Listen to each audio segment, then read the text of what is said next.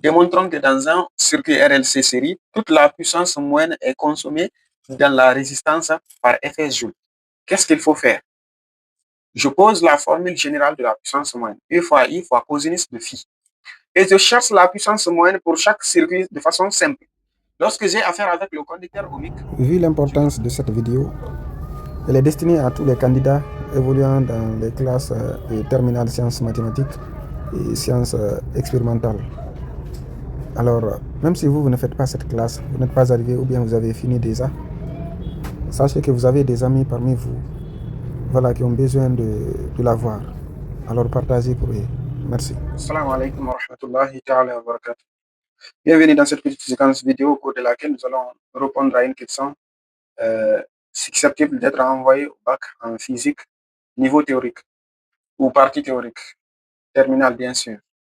On a ici où on nous demande de démontrer ou de justifier que dans un circuit RLC, un montage RLC série, toute la puissance moyenne est consommée dans la résistance, c'est-à-dire le conducteur ohmique, par Fs joule, lié à la perte. C'est cette démonstration que nous avons à faire ici.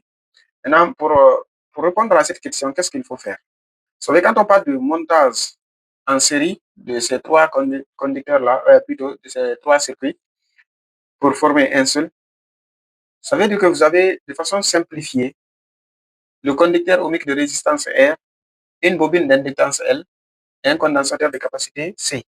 Donc, si on prend avec une bobine pure, une bobine non résistive, et un condensateur parfait, on doit prouver à travers ces informations-là que seule la résistance consomme toute la puissance moyenne.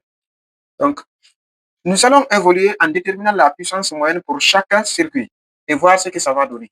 Si nous sommes avec le circuit R,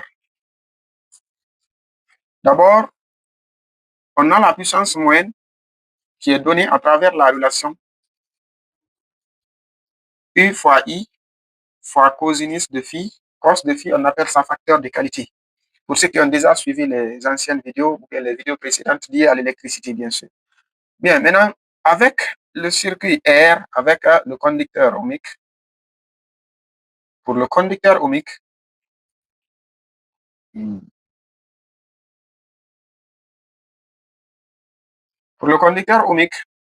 savons que déjà la tension et l'intensité sont en phase. La tension et l'intensité sont en phase. U et l'intensité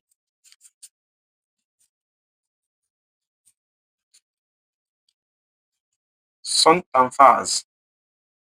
Ça veut dire que la phase phi 1 par rapport à la phase de la tension par rapport à l'intensité est égale à 0. Cela veut dire que cosinus de phi est égal à 1. Donc, si c'est avec le conducteur ohmique, la puissance moyenne va donner uniquement E U fois I. C'est ce qu'on va avoir.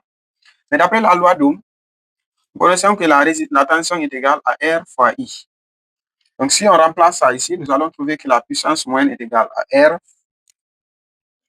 I multiplié par I, ça fait I au carré. Je conserve la relation, première information. Puis, nous prenons pour le conducteur, plutôt pour la bobine. Avec la bobine,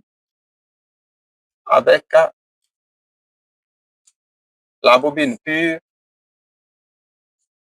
non résistive, la tension U est en avance sur ou par rapport sur l'intensité ou par rapport à l'intensité de pi demi. De pi demi. Donc, nous pouvons dire que phi est égal à plus pi demi. L'avance est en avance plus pi demi. Donc là, ça veut dire que cosinus de phi est égal à cos de pi demi, ce qui donne 0. Cos de phi est égal à 0. À quoi serait égal à sa puissance? Si on remplace cos de phi ici, pour la bobine, on va trouver que la puissance moyenne consommée par la bobine est égale à 0. Donc, la bobine ne consomme pas de puissance. Mais là, on trouve que la résistance consomme de la puissance moyenne, parce qu'on a trouvé que c'est différent de 0. Bien, maintenant, nous avons la capacité avec le condensateur parfait. Le condensateur parfait.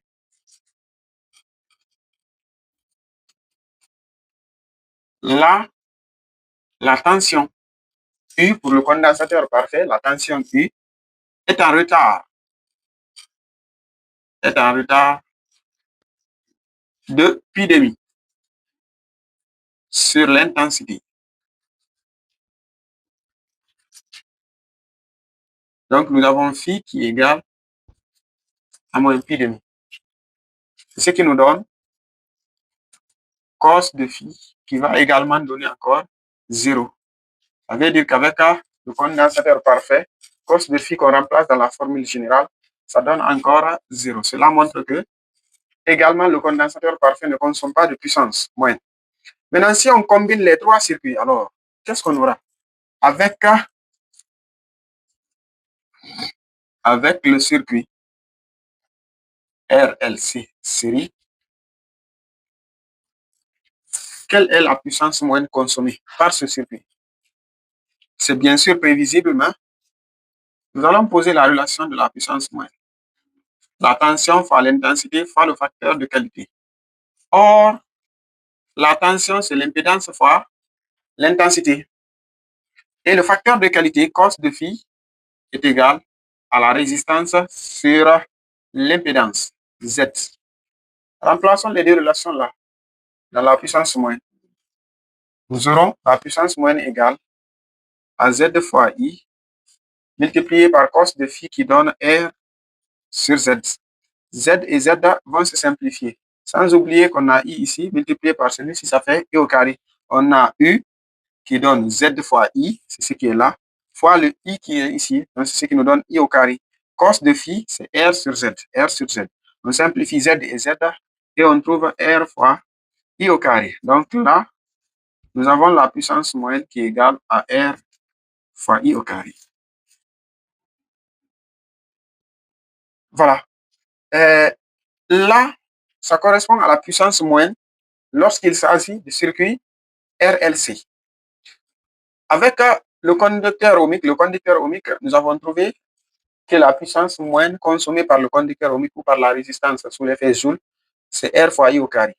Mais la bobine pure ne consomme pas de puissance parce que sa puissance moyenne est égale à 0. Également, le condensateur parfait ne consomme pas de puissance parce que sa puissance est égale à 0 après les vérifications.